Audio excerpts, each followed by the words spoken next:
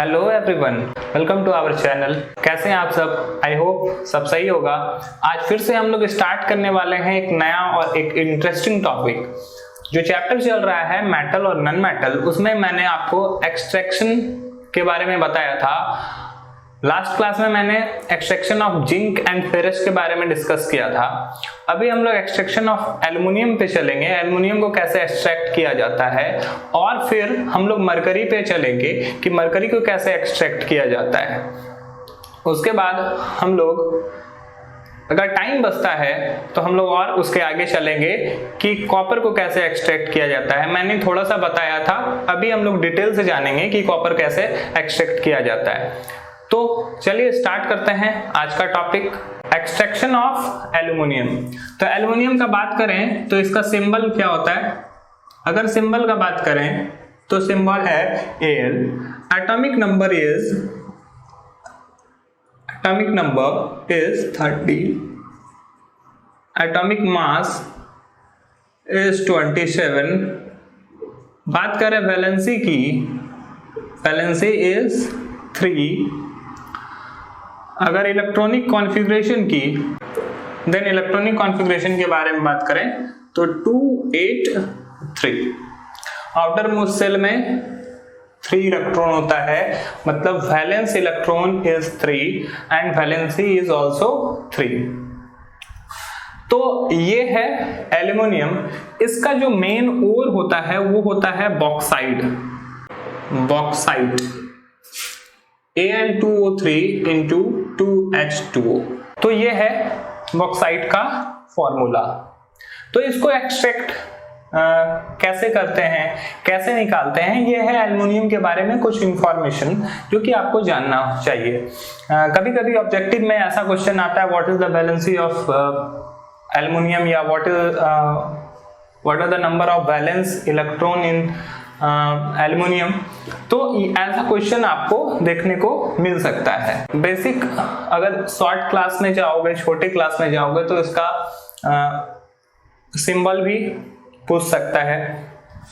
अब चलिए, इसको डिस्कवर कौन किया था, इसके डिस्कवरर कौन है और इसको कैसे एक्सट्रैक्ट किया जाता है। तो एल्युमिनियम जो डिस्कवर हुआ है वो किसने किया है? ऑस्टेड ने किया है, और 1825 में इसको डिस्कवर किया गया। और इसको एक्सट्रैक्ट करने के लिए सबसे फेमस प्रोसेस है हॉल एंड हेराल्ड प्रोसेस, और हॉल एंड हेराल्ड प्रोसेस, इसके द्वारा इसको एक्सट्रैक्ट किया जाता है for extraction. It is developed in 1855। ये 1855 में इसको डेवलप किया गया। तो क्या है ये प्रोसेस? इसके पहले कोई प्रोसेस आया था क्या? हाँ, इसके पहले एक प्रोसेस आया था जिसका नाम था बेयर्स प्रोसेस। बेयर्स प्रोसेस में कुछ ज्यादा ही डिफिकल्टीज होने लगा, तो उस डिफिकल्टी का सॉल्यूशन हॉल एंड हेराल्ड ने निकाला, और कैसे इसको एक्सट्रैक्ट किया जाता है वो हम लोगों को दिखाया। चलिए स्टार्ट करते हैं कि बेयर्स प्रोसेस क्या है। पहले बेयर्स प्रोसेस जान लेंगे, उसके बाद इस पर चलेंगे। देखो, बेयर प्रोसेस कहां से स्टार्ट होता है इसके बारे में स्टार्ट करते हैं।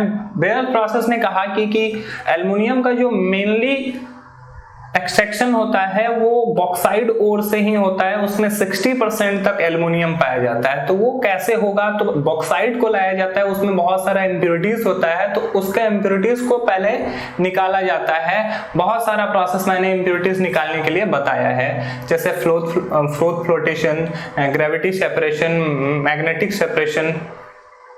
इसके अलावा मैंने आपको एक और प्रोसेस बताया था, तो इलेक्ट्रोलाइसिस।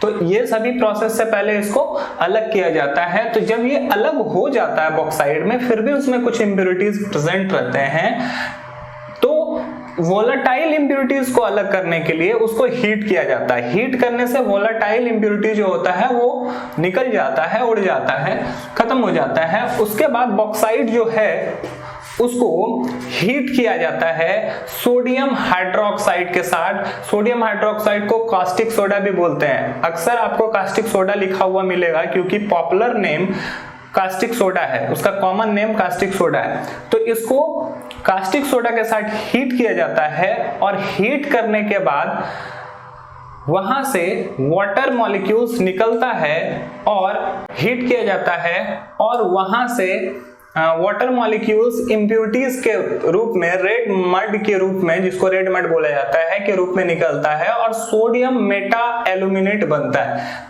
अब बॉक्साइट को कास्टिक सोडा के साथ हीट किया जाता है, जो रिएक्शन इस तरह से होता है।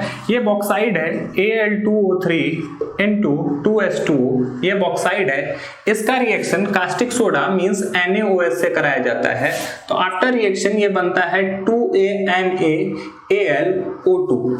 इसको बोलते हैं सोडियम मेटा एल्यूमिनेट। इसको बोलते हैं सोडियम मेटा एल्यूमिनेट। और साथ में निकलता है वाटर मॉलिक्यूल्स, साथ में निकलता है वाटर मॉलिक्यूल्स। तो ये वाटर मॉलिक्यूल्स जो होता है वो रेड कलर का होता है और इसमें इंप्यूरिटीज प्रेजेंट रहता है। तो इसको रेड मड के नाम से भी जाना जाता है, रेड मड के नाम से भी जाना जाता है। रेड कलर का ये इंप्यूरिटीज के साथ निकलता है। तो इंपॉर्टेंट यहां पर सोडियम मेटा एल्यूमिनेट है, जिसका आगे यूज किया जाता है। तो इसका आगे क्या यूज हो सकता है वो मैं आपको बता दूं। अब ये सोडियम मेटा एल्यूमिनेट के साथ क्या किया जाता है, तो सोडियम मेटा एल्यूमिनेट का रिएक्ट कराया जाता है वाटर मॉलिक्यूल के साथ। वाटर मॉलिक्यूल्स के साथ जैसे ही इसका रिएक्शन होगा, ये कन्वर्ट हो जाएगा हाइड्रोक्साइड में। हाइड्रोक्साइड में कन्वर्ट कैसे होता है वो मैं आपको दिखाता हूं। तो इसको पहले निकाला जाता है फिल्ट्रेशन से।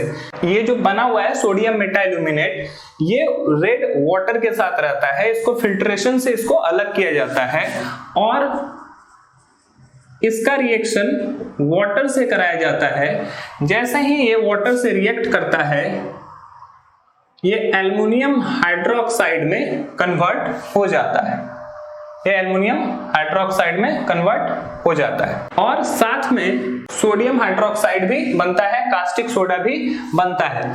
और ये एल्युमिनियम हाइड्रोक्साइड का यहां पर प्रेसिपिटेट बनता है। प्रेसिपिटेट क्या होता है मैंने पहले ही आपको बताया है। जब एल्युमिनियम हाइड्रोक्साइड में यह कन्वर्ट हो जाता है तो इसको हीट किया जाता है। आफ्टर कन्वर्टिंग इनटू हाइड्रोक्साइड, ये ऑक्साइड में कन्वर्ट जैसे ही होता है, इसको हीट किया जाता है ऑलमोस्ट 1000 डिग्री सेंटीग्रेड पर। जैसे ही ऑलमोस्ट इसको 1000 डिग्री सेंटीग्रेड पर ये हीट किया जाता है तो ये एल्युमिनियम ऑक्साइड में कन्वर्ट हो जाता है, Al2O3 में ये कन्वर्ट हो जाता है और साथ में हाइड्रोजन निकलता है, साथ में हाइड्रोजन निकलता है। तो आप देख सकते हो, अगर इसको बैलेंस करना है तो यहाँ पे 4 लिखना होगा, ये 2Al2O3 into 6H2O। तो आप देख सकते हो कि ये बैलेंस भी हो गया। ये है, इसको एल्यूमिनेट बोलते हैं, ओके, या एल्यूमिना बोल सकते हो आप। ये एल्यूमिना कहलाता है और एल्यूमिना से इसको कन्वर्ट किया जाता है एल्यूमिनियम में। वो एल्यूमिनियम में कन्वर्ट करने के लिए जो प्रोसेस है वो थोड़ा लेंदी है, जिसमें कि बहुत ज्यादा प्रॉब्लम होता है। वो क्या प्रॉब्लम है मैं अब आपको बताता हूं। कहीं कहीं पर आपको ये रिएक्शन ऐसे भी देखने मिल सकता है। तो ये इस तरह से भी आपको देखने मिल सकता है। ये जो एल्यूमिना में ना, वो एल्यूमिना डायरेक्ट आप इसको कन्वर्ट नहीं कर सकते, इसमें प्रॉब्लम होता है। प्रॉब्लम ये है कि एल्यूमिना में एल्युमिनियम मिला हुआ है और इसको एक्सट्रैक्ट करने के लिए अगर हम लोग हीट डालें इसको बाय हीटिंग प्रोसेस से, बाय हीटिंग प्रोसेस में दिक्कत क्या है, ये एल्युमिनियम जो एल्युमिना से साथ मिला हुआ है, इसको अगर हम लोग किसी फर्नेस में डालकर गर्म करते हैं तो एल्युमिना को मॉल्टन स्टेट में आने के लिए टेम्परेचर चाहिए almost 2000 degree centigrade, more than 2000, okay, 2000 degree centigrade से ज्यादा इसको चाहिए, तभी ये एल्यूमिना मोल्टन स्टेट में आएगा, लेकिन जो एल्युमिनियम होता है, एल्युमिनियम इतने टेम्परेचर पर वेपर स्टेट में आ जाता है। अगर एल्युमिनियम में 2000 से ज्यादा डिग्री सेंटीग्रेड पास कराएं तो वो वेपर स्टेट में आ जाएगा, तो इसको कलेक्ट करना थोड़ा मुश्किल हो जाता है। तो यहां पर ये प्रॉब्लम क्रिएट होता है। यहां तक बेयर्स प्रोसेस में ये एल्यूमिना तक कन्वर्ट करने का प्रोसेस तो एकदम सही था, हम लोग आसानी से एल्यूमिना तक पहुंच भी जा रहे थे, बट एल्यूमिना के बाद एल्युमिनियम को में कन्वर्ट करने में बहुत सारे प्रॉब्लम्स आ रही थी। तो इस प्रॉब्लम्स को खत्म किया जो मैंने आपको शुरू में बताया, हॉल एंड हॉस्टर ने। ठीक है, इन दोनों साइंटिस्ट ने इसका इलेक्ट्रोलाइसिस करवाया और इलेक्ट्रोलाइसिस करवाने के बाद आपको एल्युमिनियम सही फॉर्म में मिला। बहुत सारे बुक में आपको आसानी से इसका इलेक्ट्रोलाइसिस कैसे कराया हुआ मिल जाएगा। ये इसका इलेक्ट्रोलाइसिस कैसे कराया हुआ मिलेगा वो मैं आपको बता देता हूं। एक्चुअली क्या हुआ था वो भी मैं आपको बताऊंगा। ये इसमें इलेक्ट्रिक करंट जैसे ही पास कराते हैं तो ये aluminium 2Al3+ plus 3 oxygen minus minus. Okay, अब एट कैथोड पर क्या हुआ, ये एल्युमिनियम जो है 2Al3+ ये अपना इलेक्ट्रॉन एक्सेप्ट कर लेता है और ये एल्युमिनियम में कन्वर्ट हो जाता है। और साथ में ही एट एनोड पर क्या होता है, एनोड पर ये जो ऑक्सीजन है ये अपना इलेक्ट्रॉन डोनेट कर देता है और ये इसमें 3/2 O2 में कन्वर्ट हो जाता है। मैं इस तरफ में लिख दे रहा हूं। एक्चुअली Al ये कन्वर्ट हो जाता है ऐसे। कैथोड पर जो रिएक्शन है वो कहलाता है 2Al3+, ये अपना इलेक्ट्रॉन एक्सेप्ट करता है और एल्युमिनियम में कन्वर्ट होता है। और एनोड पर कुछ ऐसा होता है, ये 3 ऑक्सीजन है, ये अपना इलेक्ट्रॉन डोनेट कर देगा और ये ऑक्सीजन में कन्वर्ट हो जा रहा है। अब किसी को ये अगर कंफ्यूजन है कि 3 ऑक्सीजन 3/2 O2 कैसे कन्वर्ट हो गया, तो मैं आपको बता दूं ये 2 और ये 2 कैंसिल होके ये 3 ऑक्सीजन इस तरफ में भी है, बट ऑक्सीजन जनरली मॉलिक्यूल्स के फॉर्म में रहता है, एटम्स के फॉर्म में नहीं। इसको भी मैं आपको समझाऊंगा अभी आगे। जब इस चीज को आप देखते हो पूरे तरीका से तो आपको क्या मिलता है रिजल्ट में, ये एल्युमिनियम यहां से कैंसिल हो रहा है, ये प्लस में है और ये माइनस में, ये कैंसिल हो रहा है, ये ऑक्सीजन इस तरफ से कैंसिल हो रहा है। तो आपको देखने को मिलेगा जब एल्युमिना का इलेक्ट्रोलाइसिस कराया गया तो वहां से एल्युमिनियम आपको मिलता है और साथ में ऑक्सीजन रिलीज होता है। और ऐसा एल्युमिनियम 99.8% तक प्योर होता है। ये जो एल्युमिनियम है वो 99.8% तक प्योर है। बट एक्चुअली ये प्रोसेस जितना आसान लगा वो उतना आसान है नहीं। इसको जो हॉल एंड हॉस्टर ने इसको डील किया वो कुछ अलग तरीका से डील किया था। वो क्या था वो मैं आपको बताता हूं। हॉल एंड हेरोल्ड्स प्रोसेस ये क्या है, तो इसमें सबसे पहले एक इलेक्ट्रिक सेल लिया गया। ओके, क्या किया गया, एक इलेक्ट्रोलाइटिक सेल लिया गया जिसका शेप कैसा था वो मैं आपको बताता हूं। ये आयरन का बना हुआ होता था, ये आयरन का बना हुआ है, लेकिन इस सेल का जो नीचे वाला पार्ट है ना उसमें स्लोप है, उसमें स्लोप बना हुआ रहता था। स्लोप बनने से और इस तरफ में निकला हुआ है जिससे कि यहां से मोल्टेन एल्युमिनियम निकलता है। ठीक है, यहां से मोल्टेन एल्युमिनियम निकलता है। ये स्लोप रहता है जिससे कि जितना भी एल्युमिनियम बने वो इस तरफ से इस पाइप के थ्रू नीचे आ जाए। ओके, ये इलेक्ट्रोलाइटिक सेल रहता है और इसमें एक पार्ट कैथोड और एक तरफ में एनोड रहता है और इसमें जगह जगह पे कार्बन ग्रेफाइड डाला हुआ है, इसमें जगह जगह पे कार्बन ग्रेफाइड डाला हुआ है, ऐसा कुछ। ओके, ये कार्बन ग्रेफाइड है। तो ये इलेक्ट्रोलाइटिक सेल लिया गया। इसके बाद इसमें एक इलेक्ट्रोलाइट्स भी लिया गया। इलेक्ट्रोलाइट के तौर पर 3 चीजों को लिया गया जिसका रेशियो 1:3:1 था और परसेंटेज में देखें तो 20%, 60% एंड 20% के रेशियो में लिया गया था। तो ये 3 इलेक्ट्रोलाइट्स क्या क्या लिया गया था? तो पहला लिया गया था एल्यूमिना जो कि 20% था, साथ में लिया गया कैल्शियम फ्लोराइड CaF2, ये 60% में प्रेजेंट था, और तीसरा जो लिया गया वो है क्रायोलाइट NaAlF6। क्रायोलाइट ये भी 20% में था, क्रायोलाइट इसको बोलते हैं।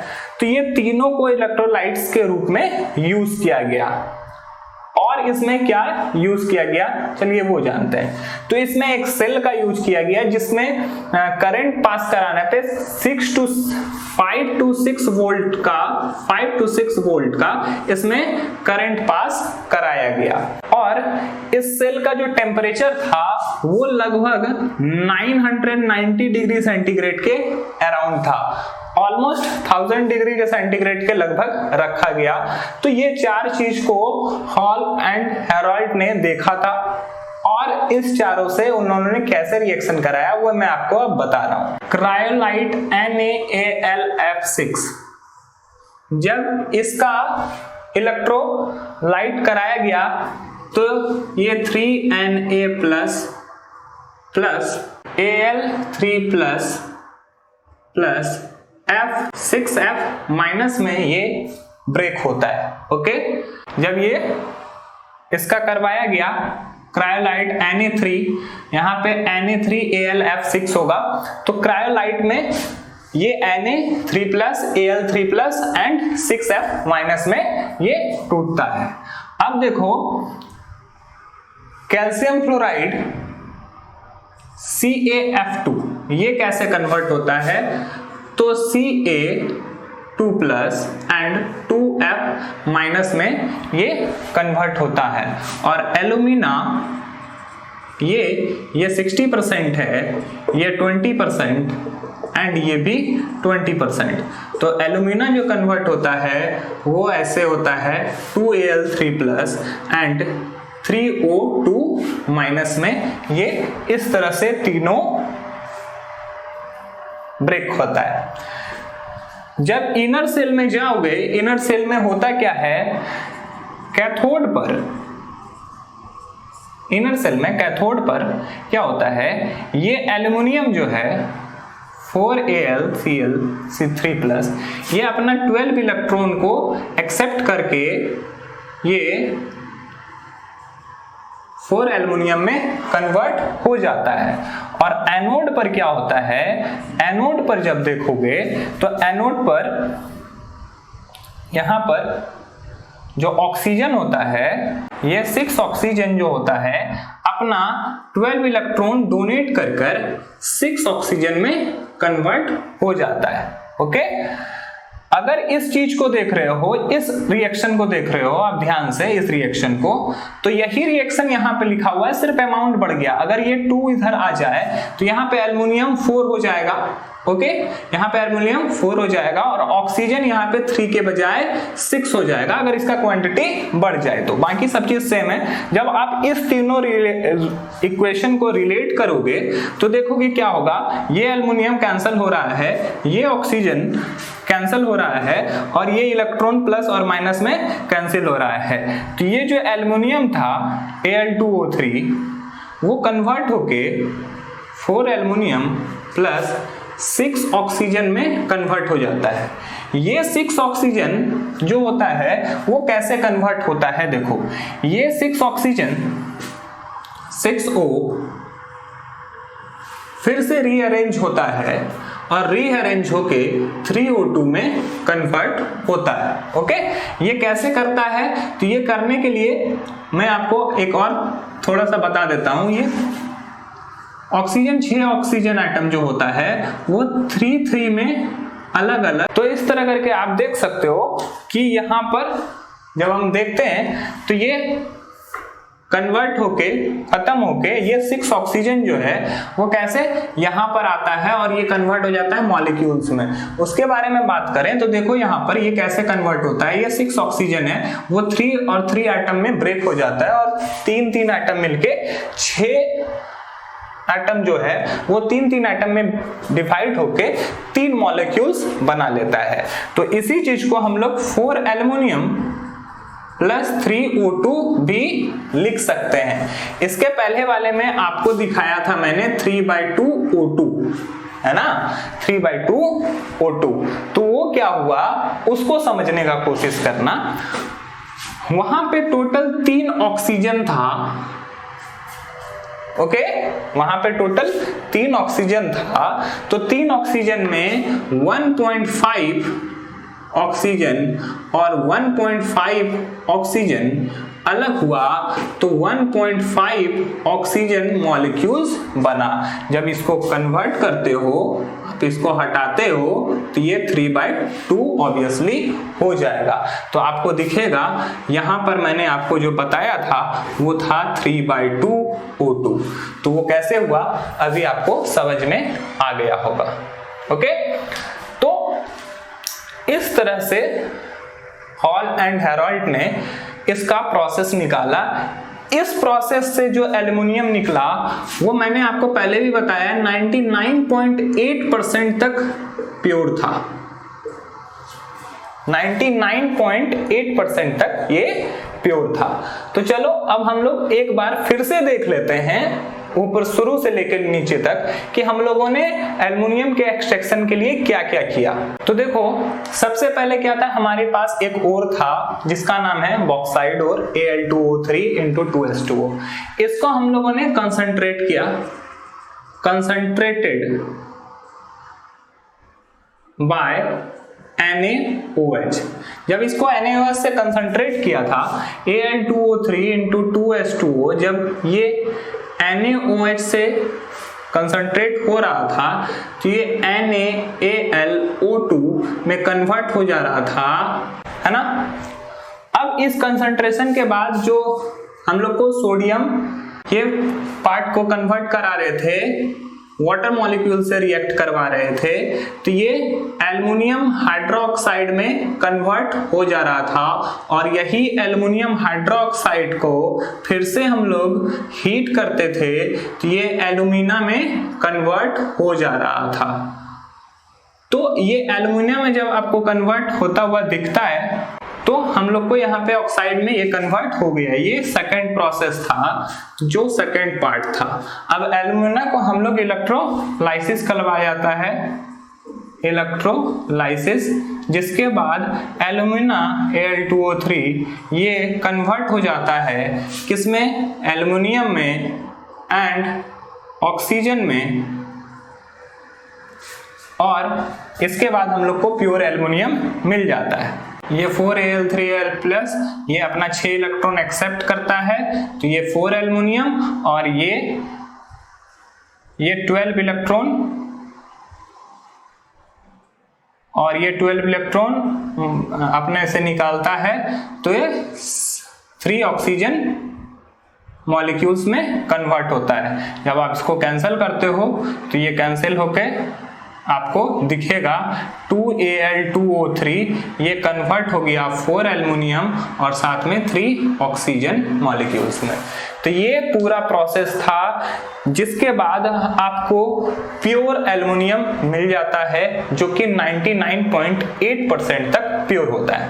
अब बात करेंगे एल्युमिनियम के यूजेस की कि एल्युमिनियम का क्या यूज है, इसका यूज कहां कहां हो सकता है। Some properties of aluminium. First, aluminium का क्या क्या प्रॉपर्टीज है, तो ये सबसे पहले हम बात कर लेते हैं लाइट वेट का होता है, ठीक है, इसका लाइट वेट होता है। दूसरा, ये लाइट वेट होने के साथ साथ ना कोरोजन फ्री होता है। ओके, इसमें इसका कोरोजन जल्दी नहीं होता, तो कोरोजन फ्री है।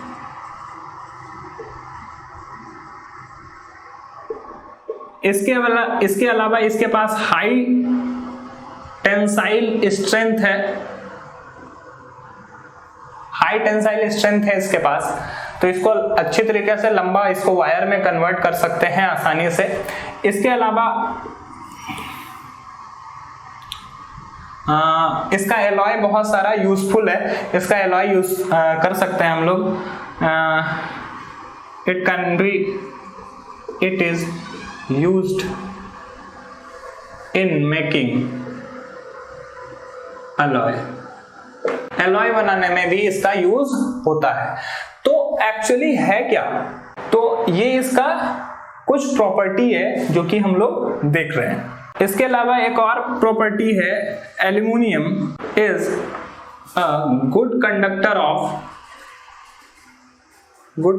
Of heat and electricity. Heat और इलेक्ट्रिसिटी का बहुत अच्छा कंडक्टर है, इसलिए इसको वायर केबल ये सब बनाने में एल्युमिनियम का यूज बहुत ज्यादा किया जाता है। इसके अलावा इससे हम लोग यूटेंसिल्स वगैरह बना सकते हैं क्योंकि उसमें कोरोजन नहीं होता है।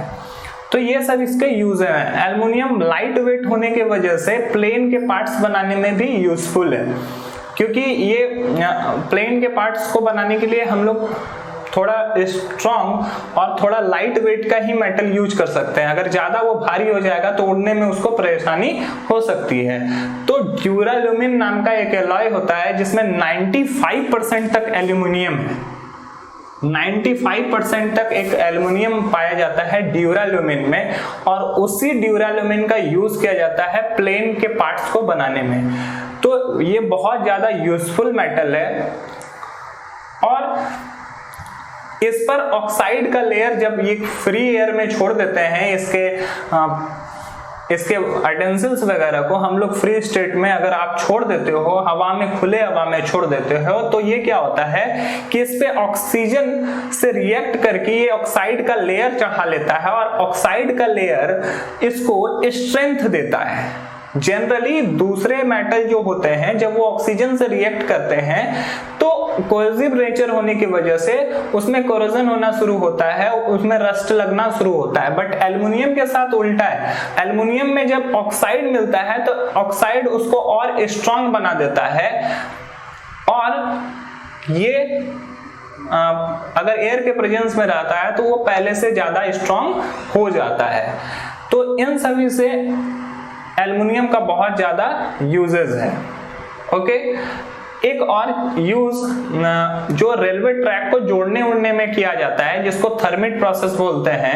एक्चुअली जब रेलवे का ट्रैक वगैरह कहीं पर ब्रेक कर जाता है तो उसमें फेरस से बने ऑक्साइड को और एल्यूमिना को डालकर इसमें हीट किया जाता है। इसमें डालकर बहुत ज्यादा हीट दिया जाता है, ऑलमोस्ट 1000 डिग्री सेंटीग्रेड पर जब हीट दिया जाता है तो ये वेल्डिंग के काम करने में आता है। जो ट्रैक वगैरह को जोड़ा जाता है, वेल्डिंग किया जाता है, उसमें भी एल्युमिनियम का यूज बहुत ज्यादा मात्रा में होता है। ये बहुत ज्यादा हीट क्रिएट करता है, जिसकी वजह से आप ट्रैक को एक दूसरे से जोड़ सकते हैं अगर वो ब्रेक हो जाता है। वहां पे कुछ रिएक्शंस होता है, वो रिएक्शन मैं आपको दिखाता हूं। तो होता क्या है एक्चुअली, फेरस ऑक्साइड Fe2O3 का रिएक्शन एल्युमिनियम से होता है, एल्युमिनियम में डाला जाता है, तो वो क्या करता है, वहां पर Fe प्लस Al2O3 और साथ में बहुत सारा हीट निकलता है। तो ये क्या करता है, ये एल्यूमिना ये एल्यूमिनियम में कन्वर्ट हो जाता है। ये जो एल्यूमिनियम है ये फेरस ऑक्साइड के साथ जब वहां मॉल्टन स्टेट में चला जाता है, हीट मिलता है, तो वो एल्यूमिनियम में कन्वर्ट हो जाता है। और मैंने पहले ही बताया कि जब ऑक्साइड में ये कन्वर्ट होता है, ये एयर के प्रेजेंस में रिएक्ट करता है, तो जो ऑक्साइड में कन्वर्ट होने के बाद ये उसको स्ट्रेंथ देता है, तो वो स्ट्रेंथ के वजह से रेलवे ट्रैक जुड़ जाता है। तो एल्युमिनियम का रेलवे ट्रैक जोड़ने में भी यूज होता है। इसके अलावा एल्युमिनियम लाइट वेट का है, तो शिप के पार्ट्स को भी बनाने में इसका यूजफुल है, क्योंकि ये वाटर से आसानी से रिएक्ट नहीं करता। तो ऐसा ही रिएक्शन रेलवे ट्रैक को जोड़ने में होता है और इसका यूज शिप बनाने में भी किया जाता है। ये अच्छा रिफ्लेक्टर है, तो इसका यूज रिफ्लेक्टर के तौर पर भी किया जा सकता है। तो ये कुछ यूजेस थे जो कि एल्युमिनियम के थे। अब हम लोग स्टार्ट करने वाले हैं एक नया मेटल का एक्सट्रैक्शन, जो है मरकरी। मरकरी का एक्सट्रैक्शन कैसे किया जाता है, बहुत ही आसान है। आप लोग अगर 4 स्टेप अच्छे से समझ चुके हो तो मरकरी का एक्सट्रैक्शन करना बहुत ही आसान है। मरकरी का जो एक्सट्रैक्शन होता है वो एक और सिनेबार से होता है, सिनेबार जिसका फॉर्मूला HgS है। चलो देखते हैं मरकरी को कैसे एक्सट्रैक्ट किया जाता है। मरकरी का जो सिंबल होता है वो होता है Hg। Atomic number is 80। Electronic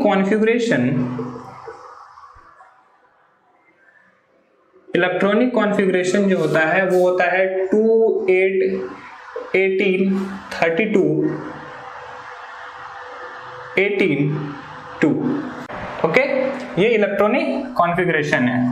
valency 2, valence electron also 2। Okay, main ore जो है इसका वो है सिने बार, जिसको HgS बोला जाता है। ओके, सल्फाइड ओर है। सल्फाइड ओर का आसानी से आप एक्सट्रैक्शन कर सकते हो। सल्फाइड ओर के लिए क्या प्रोसेस है मैंने आपको पहले बताया हुआ है। चलो स्टार्ट करते हैं, इसको देखते हैं। ये मैंने आपको कुछ बेसिक जानकारी दे दी मरकरी के बारे में। Mercury is only one metal which is found in liquid state at room temperature. ये रूम टेम्परेचर पे लिक्विड स्टेट में होता है। Okay, at room temperature mercury is found in liquid state। Okay, तो चलिए अब आगे चलते हैं, इसका एक्सट्रैक्शन कैसे किया जाता है। तो फर्स्ट ऑफ ऑल सीने बार ओर को HgS, इस ओर को सबसे पहले ग्राइंड किया जाता है। और इसको ये चूंकि मरकरी जो है लाइट वेट का होता है, बहुत ज्यादा लाइट भी नहीं है, बहुत ज्यादा हैवी भी नहीं है, सल्फाइड ओर है, तो इसका जो एक्सट्रैक्शन किया जाता है वो किया जाता है हाइड्रोलिक वॉशिंग से या ग्रेविटी सेपरेशन से। ग्रेविटी सेपरेशन से इसको सेपरेट किया जाता है, क्योंकि मरकरी जो है बहुत ज्यादा लाइट नहीं है, वो थोड़ा हैवी ही होता है इसका मॉलिक्यूल, तो इसमें जो इम्प्योरिटीज होता है वो लाइट वेट का होता है। तो ग्रेविटी सेपरेशन से इसके ओर से जो इम्प्योरिटीज है उसको खत्म हो जाता है। अब प्योर सिनेबार जो होता है इसका दूसरा प्रोसेस, जब हम लोग को कन्वर्ट कर देते थे, प्योरीफाइड ओर्स मिल जाता था, तो उससे बाद हम लोग कन्वर्ट करते थे उसको ऑक्साइड में। तो उसके लिए 2 प्रोसेस था, एक था कैल्सिनेशन और दूसरा था रस्टिंग। तो cinnabar ore is heated in the presence of air. Air के प्रेजेंस में इसको हीट किया जाता है एंड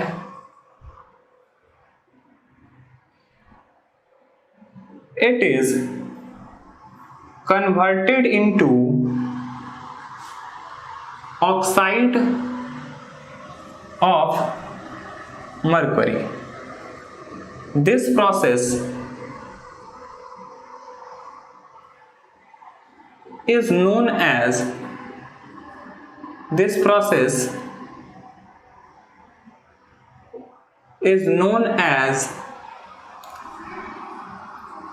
रस्टिंग। ओके, ये HgS लिया गया, इसको ऑक्सीजन के प्रेजेंस में हीट किया गया तो ये HgO बन गया, ठीक है, और साथ में सल्फर डाइऑक्साइड भी बना। तो सल्फर डाइऑक्साइड अगर इसको आप बैलेंस करना चाहते हो तो ये यहाँ पर 3 हो जाएगा। तो ये देखो मर्क्यूरी ऑक्साइड मिल जा रहा है आपको। अब ये ऑक्साइड का आसानी से आप रिडक्शन करवा सकते हो। रिडक्शन जैसे ही करवाओगे ये ऑक्साइड कन्वर्ट हो जाएगा प्योर मेटल में। उसमें इम्प्योरिटीज ज्यादा नहीं रहता। जो HgS में जो जितना भी इम्प्योरिटीज है वो एक्चुअली ओर में समय ही खत्म हो जाता है। जब ये मेटल में कन्वर्ट होता है तो इसको ज्यादा प्यूरिफाई करने का जरूरत नहीं पड़ता है। तो देखो अब इसके आगे कैसा रिएक्शन होता है। When oxide of mercury is reduced in the presence of coke it gives pure mercury metal. तो इसको कोक में this process is known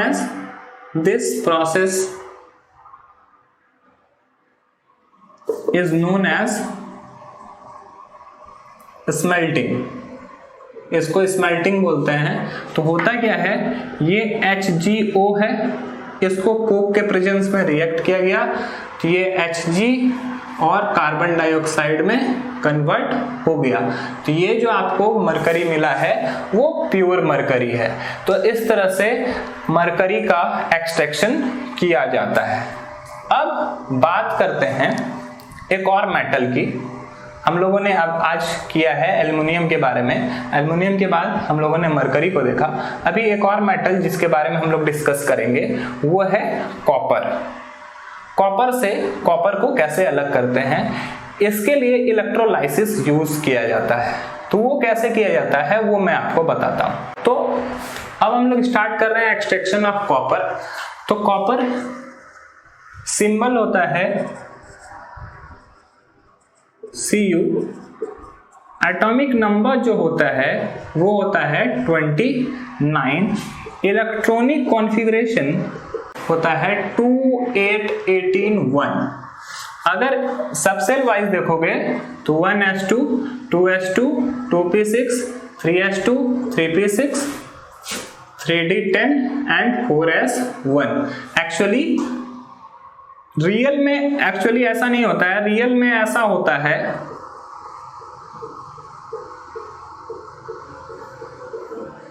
but ये 9 के रूप फॉर्म में स्टेबल नहीं होता। तो ये 4s से 1 इलेक्ट्रॉन ले लेता है और ये 3d10 और 4s1 होता है जो कि रीअरेंज होकर ऐसा बनता है। तो जब इससे देखोगे तो यहाँ पर 2 इलेक्ट्रॉन, इस दोनों को मिला के 8 इलेक्ट्रॉन, इस तीनों में 18 इलेक्ट्रॉन और फोर्थ सेल में 1 इलेक्ट्रॉन। ऐसा ही इलेक्ट्रॉनिक कॉन्फ़िगरेशन कॉपर का होता है। कॉपर का वैलेंसी की बात करें तो वेरिएबल वैलेंसी है। वैलेंसी 1 कभी शो करता है, कभी 2 भी शो करेगा। वेरिएबल वैलेंसी इसका शो करता है। इसके अलावा अगर आउटर मोस्ट सेल में इलेक्ट्रॉन का देखें, बैलेंस सेल में इलेक्ट्रॉन को देखें तो कभी 2 और कभी 1। तो इस तरह करके इसका वेरिएबल वैलेंसी है। इसका मेन जो ओर है वो है main ore copper pyrites. Copper pyrites CuFeS2, ये कॉपर पायराइट्स है। इसको एक्सट्रैक्शन करने के लिए ये आपको जनरली ये बहुत कम रिएक्टिव है, तो ये ज्यादा रिएक्ट करता नहीं है। तो इसके जो इम्प्योरिटीज को है ना उसको आसानी से अलग किया जा सकता है। इम्प्योरिटीज को अलग करने के बाद जो कॉपर पायराइट्स है, इम्प्योर जो ओर होता है उसका इलेक्ट्रोलाइसिस कराया जाता है। इलेक्ट्रोलाइसिस कराने पर क्या होता है कि आपको प्योर कॉपर मिलता है जो कि 99.9% तक प्योर होता है। इसमें होता क्या है वो चलो देखते हैं। इलेक्ट्रोलाइसिस कराने के लिए ऑब्वियसली हम लोग को एक इलेक्ट्रोलाइटिक सेल चाहिए। इसमें इलेक्ट्रोलाइट्स के रूप में इसमें एक इलेक्ट्रोलाइट्स भी चाहिए। इलेक्ट्रोलाइट्स के फॉर्म में हम लोग लेते हैं कॉपर सल्फेट के एक्वस सॉल्यूशन को, और ये एनोड है और दूसरा कैथोड है, और इसको कनेक्ट किया जाता है वायर से और इसमें करंट फ्लो कराया जाता है। जब इसका इलेक्ट्रोलाइट्स के प्रेजेंस में ये करंट फ्लो होगा तो यहाँ पे जो एनोड है, ये एनोड जो बनाया गया है वो इम्प्योर मेटल को बनाया गया है, और ये जो कैथोड है वो पूरी तरीका से प्योर मेटल का बनाया गया है। और यहाँ पे प्योर मेटल कौन सा है, जिसका भी एक्सट्रैक्शन हो रहा है उसी मेटल को लेते हैं। कॉपर का एक्सट्रैक्शन है तो कॉपर को ही लिया जाता है। जब इसमें करंट फ्लो किया जाता है तो करंट फ्लो होने की वजह से ये एनोड पर ये इलेक्ट्रॉन टूटता है। कॉपर क्या होता है, टूटता है। तो एनोड पर इलेक्ट्रॉन टूट रहा है, तो ये कॉपर जो है उसमें करंट जैसे ही ये इम्प्योरिटीज के प्रेजेंट में एनोड पर क्या होता है कि Cu अपना इलेक्ट्रॉन निकालकर एनोड पर कुछ ऐसा होता है, इलेक्ट्रॉन वो अपने अंदर से निकालता है। ये इम्प्योर कॉपर है, वो अपना इलेक्ट्रॉन निकालकर Cu2+ बन जाता है। और जब कैथोड पर जाता है वही इम्प्योर कॉपर, अब यहाँ पर इम्प्योरिटीज इससे हट गया है, और कॉपर जब ये कैथोड पर जाता है तो वो अपना इलेक्ट्रॉन वापस से कलेक्ट कर लेता है और आपको प्योर कॉपर में कन्वर्ट हो जाता है। पहले इम्प्योर, यहाँ पर एनोड पर जब वो इम्प्योर था तो इम्प्योर से अपने इलेक्ट्रॉन को निकालता है और कॉपर आयन में कन्वर्ट होता है, और कॉपर आयन से फिर से इलेक्ट्रॉन गेन करके प्योर कॉपर में कन्वर्ट हो जाता है। तो यहाँ पे आपको जो ये इम्प्योर कॉपर है और ये प्योर कॉपर है, इस तरह से आपको प्योर कॉपर मिलता है। इस तरह से जो कॉपर इलेक्ट्रोलाइटिस से मिलता है वो 99.9% तक प्योर होता है। आज के क्लास में इतना ही। That's all, thank you.